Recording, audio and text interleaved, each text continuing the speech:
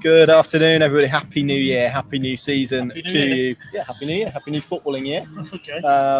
Welcome, everybody. Sadly, it doesn't feel like that with the weather at the moment, although it has stopped raining for the start of this broadcast, which is nice. So maybe that's our lot for the afternoon, but I highly doubt that. Welcome to our first Team News Live of the season, the first official one. Obviously, we did these for the pre-season friendlies. We'll bring that to you as and when it drops at 2 o'clock. Paddy Davitt is to my right.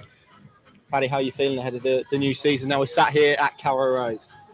Yeah, I'm sure I must have covered an opening day when it's been pretty miserable weather, but it's synonymously associated with boiling temperatures. I had to contemplate bringing the coat, gone against it, which might come to regret. Although we're sat at the back of the City stand, so you'd like to think we won't be too fussed if it does start to lash it down. I'm looking down at the pitch now. Andy Hughes is already out with those little discs that they have, so the warm-ups will be underway soon. And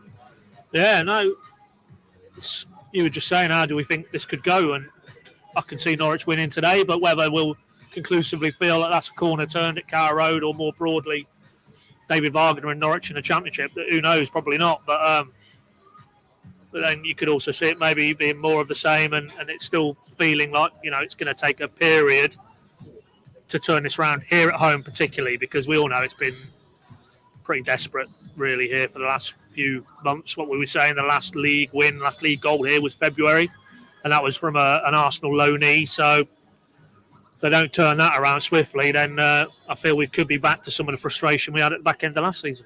Yeah, just a few things for you before the team news drops. We spoke a lot about Norwich City's unbeaten pre-season. Hull also had an unbeaten pre-season, although they did end with 3 draws. That included a 4-3 victory over Galatasaray. They drew 1-1 with Nantes last week to conclude it. Now, it is 2 o'clock. I would expect the team news to be dropping any moment now. In fact, here it is. So this is Norwich City's first lineup for the season, and it's Gunn in goal. Stacey, Duffy, Gibson and Yanulis as the back four. McLean and Rowe as the midfield duo. Sarah and McLean as a midfield duo, Rowe and Hernandez on the wings, Barnes and Sargent up front. I'll read that again. Gunning goal, Stacey, Duffy, Gibson, Yanulis. It will be Rowe, Sarah, McLean, Hernandez, Barnes, Sargent in that 4-4-2, 4-2-3-1 hybrid that we've come to expect. The Norwich City subs bench, Tim Krul, Andrew Omobamidele, Sam McCallum, Kellen Fisher, Liam Gibbs, Tony Springett, Christian Fashnacht, Marcelino Nunez and Adam Eder.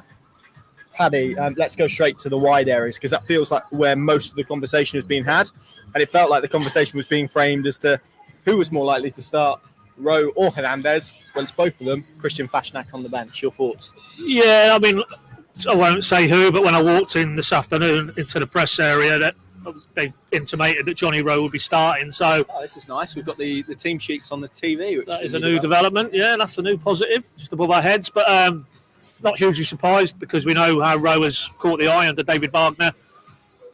I think you would expect, I personally thought Fashnacht would start and it'd be Rowe on the other side maybe, so Arnell wouldn't get the nod. But we all know he's had a pretty hectic 2-3 weeks. Thanks, Ryan. Thank you. Moving back and forward from here to Austria to Switzerland. So I can kind of see the logic with that in terms of Fashnacht just starting on the bench today. But other than that, I think we did one of these very, very same place here last Saturday afternoon, very same time. We discussed on this channel what the team would look like for today, and I thought we felt it. I mean, that is pretty much where it was last week. I know Fashnacht started, but other than that, 10 of those I think started. Arnell played against Olympiacos, so he's made one change, and that doesn't surprise me at all. That feels like in his mind that is his strongest 11 as it stands, really. With Fashnacht to kick in to gear, and obviously Borja Sainz to come into the mix, but certainly in terms of the back four and Angus Gunn, that's where his head's at. Kenny will start if he's fit, and Zara will start if he's fit. So we know he likes the look of Barnes and Sargent. So really, like you say, Connor, it's only a debate really for me at the minute at this stage of the season in those wide areas, and it's a little reward for John Rowe that he's really put the marker down in pre-season. Just hope he. To be fair, he was good when he came on his second half last Saturday, got the crowd on their feet. And if we can carry on in that vein, then it feels like we're talking a lot about wide areas. And, of course, that's continued this week with the news that Jolis is Dusseldorf bound, and they're not looking to do anything else in that area in terms of the window from here. But maybe John Rowe puts his hand up today and really impresses on this stage you start to feel a little bit more relaxed about Norwich in wide areas this season, with Sainz to come in and with Fastnack and Onel in the mix as well. But let's not heap too much pressure on him. You know, he had an injury-wrecked season last season, but it's his first ever start for Norwich City this afternoon. His very first start, yeah. So it is still a very inexperienced young player, but every time you see him, and you got a sense of that when the fans were in here last Saturday, when he gets on the ball, you feel something could happen. He's got that. He's an edge of the seat winger, isn't he? He is, and you know, he might say himself that he's not sure when he picks up the ball what's going to happen, but that air of unpredictability, I think, excites fans, and the type of player he is, he's just one foot, get the ball out of his feet and use his pace. And yeah, I'm personally very happy to see that 11. I think I wouldn't have an issue with Fastnack coming in, but you know, ease him in if you can. And with Johnny Rowe, David Wagner clearly feels he's got a player who can step in. And of course, you know, it's nice to have Fastnack in reserve, Adam Eder, Liam Gibbs, Nunes. Kellen Fisher has been very impressive in pre-season. Looks like he's got a few options on the bench, which maybe wasn't necessarily the case down the stretch last season. Yeah, and just to read you the whole team, they've got Ingram in goal, Vinagre, Greaves, Jones and Cole. There we go. That's almost like we planned these things. Slater and Seri is a midfield two. Vaughan on the right, Traore on the left, and Ozan Tufan behind Manchester City, Loney, Liam Delap. Their subs bench is Tuala, McLaughlin, Lonman, Simmons, Estepinian. You may remember him. I think he scored a couple against Norwich in that draw last season at the KCOM. Fleming, Lokido, who's a new signing from Sparta Rotterdam, Cyrus Christie, and Aaron Connolly, who this week completed a permanent move from Brighton. So that's how they line up. There's been a lot of focus, Pad, throughout pre-season on that defensive solidity that Norwich have had. Only 3 goals conceded. Seems to have favoured the centre-back pairing, the more experienced centre-back pairing of Duffy and Gibson. We've had this discussion a lot about Angelo Rampart, but you would think that he will be, I don't know, just disappointed. How do you think he will feel looking in at this moment? Obviously, start of the championship season, being on the bench, his future up in the air as well. It kind of feels like a similar conversation to what we've had. But how do you think he'll be feeling at the moment? Well, I mean, I'm sure he wants to start games. Now he's fit and he's available. He had that little scare at the Toulouse game over in Austria when he went over on his ankle, but he played the following week. Yeah, he'd want to be playing, particularly, you know, if there is in the back of his mind the potential to, you know, maybe get a decent move in what remains of the window. It's going to bring more suitors to the table if you're in the shop window and you're actually playing games. So I doubt he's too impressed to be playing second fiddle, but flip side of that is David Wagner, while reiterating to me on Thursday that him and Rashica and Aarons, until a club comes along and matches their evaluation, they're his players and he'll use them. There is also that element that, you know, maybe Omobama Daly isn't going to be part of your plans moving beyond September, and if that's the case, you know, it would be a little bit naive to, you know, play him every game between now and potentially leaving, and then what do you do then? You're always starting from scratch again. So, and look, you know, to be fair, I mean, Duffy and I think Gibson has looked solid alongside him. Duffy's not put a foot wrong, really, bar that maybe that calamity with Tim Krul at Kings Lynn early on in pre-season. We can forgive him that. But they have looked a reasonably solid central defensive pairing, and the goals against, albeit it's pre-season, would tell you that. So, from a footballing point of view, have I got an issue with Gibson and Duffy starting ahead of Omobama Daly? Absolutely no chance, no. I think good test today as well. Yeah, exactly. And, you know, it's up to those two players now to underline David's faith in them as a pair and as two individuals to start the season well, and then we won't be talking about it. But yeah, of course, if you're coming at it from a perspective of Andrew's thoughts on the matter, he'll want to play. As Liam Gibbs, I'm sure, would be disappointed today, and maybe even Fastnack, maybe even Nunes. You know, they would feel they might have done enough in pre-season to warrant a start. But I think the reality is, as much as we understand it, there isn't anything firm in terms of the transfer situation around Omobama Daly. There is interest there. That is in the background. We know all the situations Stuart Weber mapped out in January with him. You put me on the spot. Do I think he's a Norwich player by the end of this window? No, I don't. So if that's the case, why are you starting him today? It doesn't make any sense to me.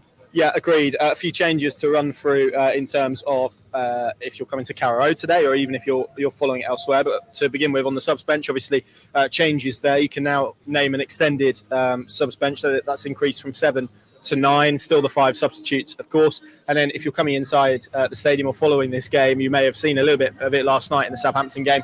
The EFL now are, it's football across the country, really, and from Premier League down to National League. We'll be seeing almost like those World Cup sort of time added on. And if you're in the stadium, the scoreboards will now tick over as well, so you can follow that a little bit more closely. So what I'm saying is expect a lot of added time in either half as they try and increase the amount of time that the ball is actually in action on the pitch as well, which is going to be an interesting change. It's going to be interesting to see whether that produces anything tangible in terms of what we see on the pitch in those moments, and whether Norwich City's fitness comes to pass. But I mentioned the subs bench, Paddy, because one name that isn't on it, who started pre-season pretty brightly, I'd say faded a little bit, Shemiswa Poeta, not included, probably goes to show, well, the fact that Tony Springett's got on there, for instance, probably goes to show what he's done in pre-season as well. What would you expect for him from here as well? Because he's someone that they've tried at left back. He's played as a winger. I thought there was some bright displays without maybe contributing too much in terms of goals and assists.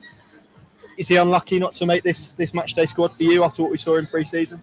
Well, I mean, he's been a bit hamstrung. That David clearly wanted to experiment a little bit and try him out in that left back slot, and that's all well and good. And it is another string to his bow, and it might, in the longer term, aid his chances of having an impact here, a tangible impact at his football club. But in the here and now, are you putting him on the bench and McCallum off the bench as a left back option when he's played a handful of pre-season minutes in that position? I don't know whether he's played at that position in his career. He certainly wasn't recruited as a left back, so no, I'm not surprised he's not on the bench. If you feel that further forward, Springett and Fashnak are your two wider options, there's probably not much difference between having him on the bench and Springett. But David's been at pains to stress that he's been very impressed with Springett and what he's brought to the party in pre-season. So again, a little bit like John Rowe, if you perform and you deliver what the manager wants, you're going to stay in and around it.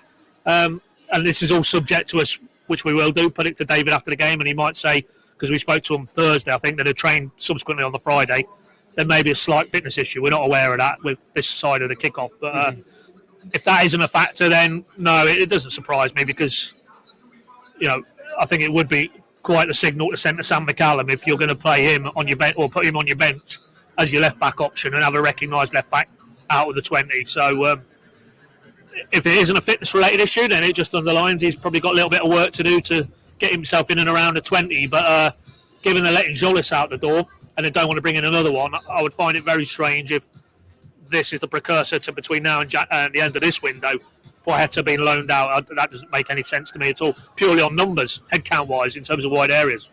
Yeah, I would agree. Right, let's do it then. We avoided this throughout pre-season. Paddy Davitt, you said you expect Norwich City, or hope to see Norwich City win this afternoon. Tell us what sort of game you're expecting to see, and then of course we want your score prediction as well. I think it will be everything we have seen now. I think in pre-season from this David Wagner team is that it's Robin Sainey did an excellent column for us earlier today. It's available on Opinion to read. I'd go and have a look at that between now and kick-off. It's kind of where I'm at with it isn't going to be Farker ball. It isn't going to be free-flowing football, certainly not at this stage of the cycle. It's going to be functional. It's going to be pragmatic. We saw here against Olympiacos, they score off a deflected shot and a set piece. I can see that again today. I think they will edge it. The odd goal in 3 maybe, 2-0 maybe. But I don't think we're going to come away from the ground today and rave about Norwich's football under David Wagner. I think we've seen enough evidence, and we've seen pretty much every minute of pre-season, that that's not what they're about this season, not at the start of this cycle under Wagner. It's going to be hard to break down, and with Sargent and Barnes there, they're going to be a 4-4-2 out of possession. They're going to be filling in the spaces, making it very difficult to be broken down, and then they're going to try and counter. They're going to try and be good on set pieces. If it's a type of game where Hull opt to, say, throw balls into the box, then you've got Barnes, you've got Duffy on set pieces, you've got Sargent as well as good aerially. So I see a functional style performance, but I do see a win. And if that's the case, me personally, but I think most Norwich fans, if you left here today and your team have got off to a winning start, you take that surely, and then, build in the elements you want to see in terms of style of football. But I think, as we said, coming here today, because of everything that went before here last season particularly, I think it would be a bit of a stretch to expect it's suddenly going to slip a gear or 3 and it's going to come out like Brazilian football. It's not going to be that. Let's be honest. So a functional Norwich win. You, Connor? Yeah, likewise. I'm probably expecting it to be a little bit gritty. It's interesting. We had this conversation just before we came on. Usually, the opening game of the season, there's some I don't know. It can be quite liberal. It can be quite free because nobody really knows what a team is yet, and they're not confined to anything, expectation, whatever. But today there does feel like there's a little bit of pressure on Norwich City, given the way last season ended, given the form here, given the mood around the place. We all know that. It does feel like there is I don't know, expectation's the right word, but certainly a strong feeling that this needs to be a positive start. So I think they will win the game. I think it will be quite gritty. I'm not sure the performance will be the best in the world. I'm going to go for a 2-1, which would mean goals and 3 points at Carrow Road. So I think we'd all take that from this position. Thank you very much for watching. Of course, plenty more coverage, analysis, reaction, Pinken.com throughout the afternoon. I'll be on the Pinken Plus Live blog. You can come and join me there. Come and keep me company and join the discussion with fellow Norwich City fans. You can take out a free trial, or you can go to Pinken.com, click on the little subscribe tab, and all the information you need is there. And we hope to see you over there. Thank you very much for watching. Enjoy the game. It all starts here. Let's see how Norwich City get on. Thanks for watching.